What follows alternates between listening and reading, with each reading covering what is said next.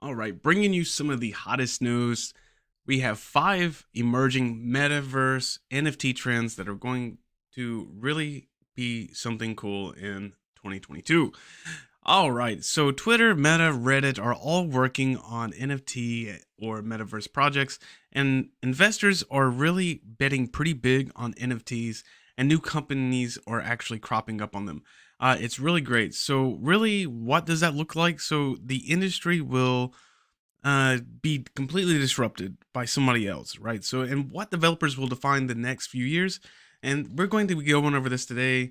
Augmented reality, AR, will reduce entry barriers in the metaverse because AR compatible devices are cheaper to acquire and use, right? So anyone can use smartphones to actually take advantage of AR features, like Pokemon Go, and they had 11 million cumulative app downloads in 2020, which is absolutely outstanding.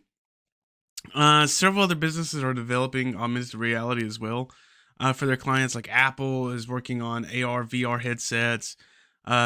Manufacturing schedule of them are is that it's pushed back until 2020, um, from 2020 to 2022.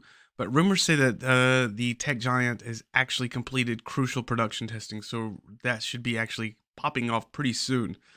Number two, the metaverse lands. So, social media, Facebook changed its name to Meta and declared the plan to invest the virtual reality field. And interest in augmented reality, virtual reality, and metaverse real estate actually blew up, became pretty popular, and it continues to do so. So, prices of the land and virtual real estate market, do look unusual. The fact is that they are, in many respects, extremely comparable to real world estates. And let's see, in recent research by Crypto Grayscale, the digital world might soon become a $1 trillion enterprise. So, of course, investors are preferring metaverse based real estate due to multiple reasons. So, for starters, virtual property, physical property is in short supply. Owning virtual real estate means that you can actually have a pretty cool, unique piece of land and a metaverse environment that you can use to create some assets like leasable buildings or virtual spaces with sponsored events. Secondly, each piece of metaverse real estate is on its own and protected by a non-fungible token, an NFT, right? So the deed or evidence is what that NFT is, or ownership for anything digital. Now, your virtual real estate does ensure that you have your ownership, enables you to sell the property to a different owner, and it also records all transactions for the property. So that way you don't need title work and a digital act from the 21st century. Number three, Solana's NFTs. Now, NFTs functional similarity to blockchain for digital assets like artwork, photographs, collectibles, many, many more. The NFT market last year produced $26 billion in trade volume, which is absolutely astonishing. That's actually connected with Ethereum, and the sidechain with the layer two scaling solutions will head for the competition. So here we have that the Solana NFT ecosystem is growing in popularity, especially with honestly with Solana and Ethereum kind of as well. Sales volume reaching $1 billion.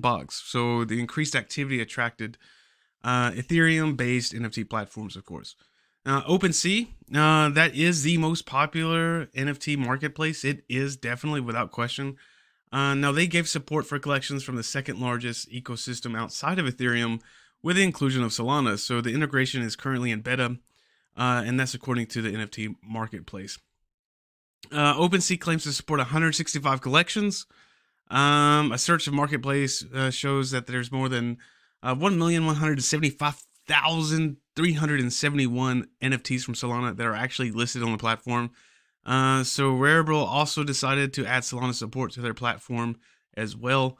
So that marketplace includes Solana and digitalize projects like SoulSea and Magic Eden are actually newcomers. So Magic Eden has a total sales of $41 million. That happened last month with a small fraction of $2.5 billion added to OpenSea as well. Magic Eden had 95,000 active users, according to at that time. Now, metaverse events. Now, Because there's increased accessibility, and that is the significant driver of metaverse, occurrences. Most people don't believe, but can participate in a virtual reality event. Modern web users, browsers are powerful, and the right web platform and the metaverse is accessible with a simple click of any mobile app or device. So this is number 4. Of course, so anybody can do this, regardless if you're going through Google, if you're going through many others, Firefox. So the accessibility actually contributes to the democratization of the online environment by guaranteeing that no member of society is able to access and embrace an online ecosystem owing to technological limitations. Now, so there is no attendance constraints to a virtual environment, and each event organizers will not constrained by venue capacity or design, allowing for infinite scalability, which is really cool, right? Now, venues are customizable to meet the specific demands of an individual events, a conference, thing like breakout rooms, smaller areas. Many lectures, presentations need to take place simultaneously, and unlimited capacity might also imply unrestricted monetization. So one example is Multineft, a multi-universe that holds metaverse-based clubbing events through virtual nightclubs, VR platforms, Decentraland, and Somnium Space. The last, but definitely not the least, play-to-earn gaming. This is where everybody loves to be, right? Everybody loves to do this. So play-to-earn games have upended on the traditional gaming business by enabling players to earn NFTs, achieving unprecedented or predetermined tasks while playing games. Blockchain Gaming Alliance statistics said that there's 1.4 million unique activity wallets where interacting daily with gaming dApps. Let's see, that counts for 49% of the industry's total usage in 21. It's just huge. Play to earn concept changed the gaming business, allowing gamers to trade and exchange assets over different platforms. In-game assets had no real-world worth before play to earn games, and creators owned and controlled all of the assets in the game. So players can top cash for games' most valuable assets, weapons, skins, so forth, so on. They can only utilize them in-game, though, and that was a problem. So they couldn't move them or exchange them for another asset. So developers changed that in the game structure, and the assets become outdated. Player lost their investment, and most attained new assets to continue playing the game. Pretty sad. Traditional games were simply for pleasure and excitement. So something else to be watching out for is the additional games. Another thing that we have upcoming that we need to talk about is the European Union and Sweden discussing banning Bitcoin proof of work and FOI documents. So they are urging European Union to prohibit energy-intensive cryptocurrency mining techniques, such as those employed by Bitcoin. So, according to the documents that was obtained through Freedom of Information request, European officials discussed planning on banning on Bitcoin trading on their Swedish counterparts during a recent debate in legislation to abolish proof of work mining. God, that sucks. According to officials, such practices cannot be accepted at a time that all states should urgently reduce their energy usage in order to battle climate change. So, Form Bitcoin POW to POS, now the unnamed forum, participated in that should be encouraged to migrate to a more ecologically friendly proof of stake protocol. The arrivals of Ethereum already done that, and they did not see the necessity to defend the Bitcoin community. Crypto relies heavily on proof of work, both to verify transactions and new tokens, which we know this already. So peer-to-peer cryptocurrency transactions can be conducted safely without the involvement of a third party. Of course, that's why we like this, right? So next is we have Hong Kong's MTR becomes world's first transport operator to enter Sandbox Metaverse. That's cool. The Hong Kong's MTR Corporation became the first global transport operator to join the Sandbox Metaverse to create new immersive experience in the virtual world. This MTR announced this partnership with Sandbox the 21st of Thursday on April, and that they're going to explore the metaverse and create a new immersive experience in the virtual world. So, of course, that decentralized gaming world from Sandbox and Hong Kong Animoca Brands subsidiary.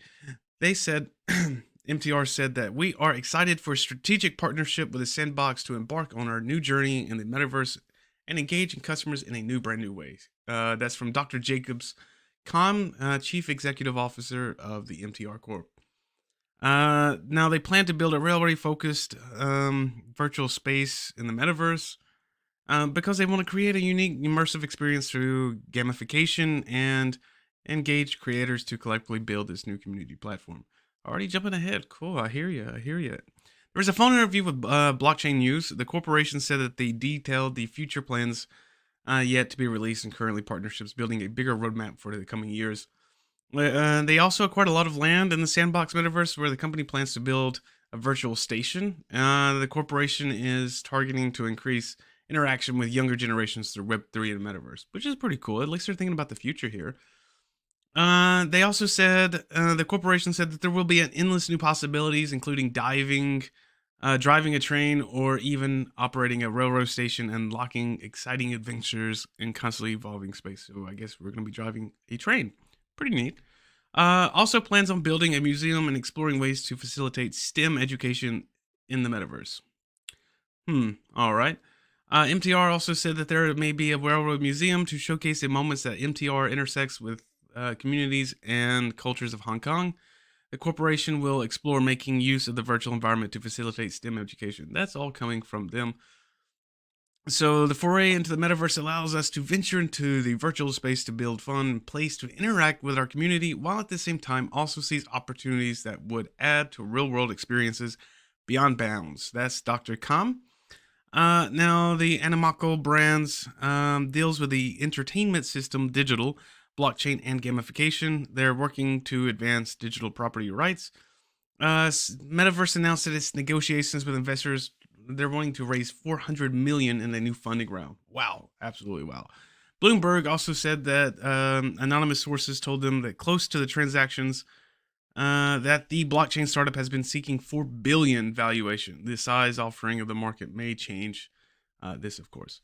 Wow, absolutely. That's pretty cool, actually. I would like to see that. Also in Asia, Vietnam could pass crypto-friendly laws soon, which that will be huge for all of us, right? So VBU, Vietnam Blockchain Union, they're wanting to increase crypto adoption in the country. That was officially made its debut this week. They're wanting to increase between the government and private players over blockchain technology. So they're hoping that this will help the government draft regulations over space as Vietnam's crypto adoption actually starts to rise. Now, VBU launched this week. Of course, now the union officially launched this week in a ceremony attended by representatives from several crypto players, Binance, Vietnam Investment Review, local publication. This is so they're telling this. So the group advisory board is helmed by several government officials, including Nguyen Huy Dung, the Deputy Minister of Information and Communications. Now it's actually chaired by Dong Min Chuan, director of CMC. They see they're given some history. So in late 2021, that union was established by them. So of course they're telling that crypto adoption in the Southwest Asian country actually started to accelerate unprecedented pace over the last 2 years. So they ranked it of an index countries leading crypto adoption from blockchain to Chainalysis. Well, that's cool. Now, while the country does not accept crypto as a legal tender, it doesn't have restrictions on this of holding or trading of crypto assets. But they're wanting, but they lack overarching regulation for crypto, something several government agencies are currently working towards making. Data from AAA said about 6.1% of Vietnam's population holds crypto. Several other assets in Asian countries like Thailand and North Korea have leaned into adopting crypto this year. All right, that's what we need to hear, finally. Crypto was a major factor in South Korea's president elections, and they were all promising crypto-friendly regulation. Oh, super cool. All right, here we go. All right. Binance CEO says the exchange sees 5.8 million bugs from Axie hackers. So Shangping Zhao said that, well, his team was able to seize 5.8 million from North Korean hackers who stole 600 million from Axie Infinity play to earn game. After the theft, the regulators actually found out who they were. They were in the Lazarus Group, a entity from North Korea that's associated with the regime. CZ said on a post on Twitter that the exchange was able to get this money back and spread it over 86 user accounts. He didn't clarify who the users' accounts actually belong to.